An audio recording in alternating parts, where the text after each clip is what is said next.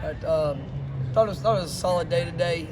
Continuing to push situations, working installations. Continue to push the consistency of what we need throughout the course of a practice. I thought there was good moments, and there was moments that we just got to continue to have that focus and the detail of how we need to operate. I thought there were some improvements that were made, some mistakes that were made today that we absolutely have to have corrected. I like how the week is progressing. I like the energy that I'm seeing even in meetings, how we're starting the mornings to what as we're progressing out to the field. It's gonna be a great challenge for us going into a hostile atmosphere. We've been rocking the crowd noise pretty good, and it makes everybody irritable, especially me. So it's good to kind of simulate those situations for our guys. And I thought that all in all, we had a good day, but still got a lot of work to do before Saturday. Have you felt a general sense of urgency from the guys, and if so, is that a positive sign of growth that they're approaching the opponent like that? Yeah, I mean Miami, it just has to be consistent throughout, regardless of opponent. I mean that's what we're building. It's the individual. It's because everybody can place things that they think are important or that they want to emphasize. For us, it's just we have to have that consistency, whether it's individual drills, meetings, our approach to the minute, fundamental work that we're doing. It's all those things matter, and they all build upon each other. Are our guys excited to play this game? Yes, I feel that. I mean, it's not. There's a sense of urgency, in all things that we're doing, but that needs to be the identity, just who we are, what we're about. It doesn't matter so much of who you are playing. Yes, it's a great opportunity. It's an exciting game going on the road. Those are all things that build up to it. But that's where we're working that consistency, drill in, drill out. But yeah, our guys are excited.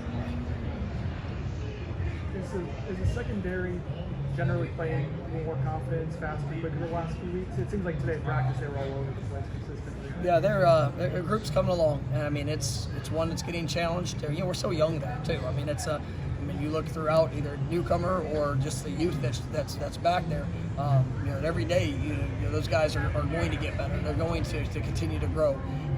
You look out there at times. You got Kevin Knowles, who's been here for a very short period of time. You've got Jarvis, who's still young in his career. Jerry in the same same situation. The guys at safety that have all been rolling. Either newcomers or guys that are still really young. But I do like the response that I'm seeing. I like the ownership that I'm seeing, and that's something that. That's a tough position, and there's a lot of eyes. A lot of times you're going to be isolated, which is when good things happen, it's positive. When bad things happen, it's hard, nowhere to hide. But the ownership those guys are taking, day in and day out, I like, and I think that's helping them. They're building in their confidence, but it's also that they're seeing the response of the work that they're putting in, which allows them to be confident. What's your relationship been like with Jarvis since you've been in the conference and conversation? Yeah, I'll tell you, that's one thing I've really appreciated about the ACC in general is just, just that the collection of coaches that we have and the care and the desire for the success of this league. And there's last year was a unique situation, with COVID and all the things. We were on a very select subcommittee together that. Just getting a chance to know each other there. Back when I was at Arizona State as offensive coordinator, his whole offensive staff came out and talked ball. So I mean, there was prior relationship a little bit before that, but it's one that he's somebody to be respected in the job that he's done and what he's what they have been able to accomplish. But we do a lot within the ACC just with the head coaches being together, and it's a really good group, and it's one that is very well respected just in the way that we operate, and so I mean I appreciate that about this conference. There weren't any negative feelings about the way things went last year, like after the game getting canceled. Yeah, I mean that was last year's situation was so unique in itself, and there's a lot of emotion. When you prepare for a game, and it's both sides. I mean everybody wanted to play the game, and there's emotional comments that get made and all of that. But everybody's passionate about what we do, and it's one of the reasons his passion that he has for his program and his players. I mean, that shows up evident. That's why they've had the success that they've had. My passion for this program and the people that are in it and around it are I've got that too. So that was one of those things that it was a unique situation, but it's nothing that ever carries over and additional thoughts.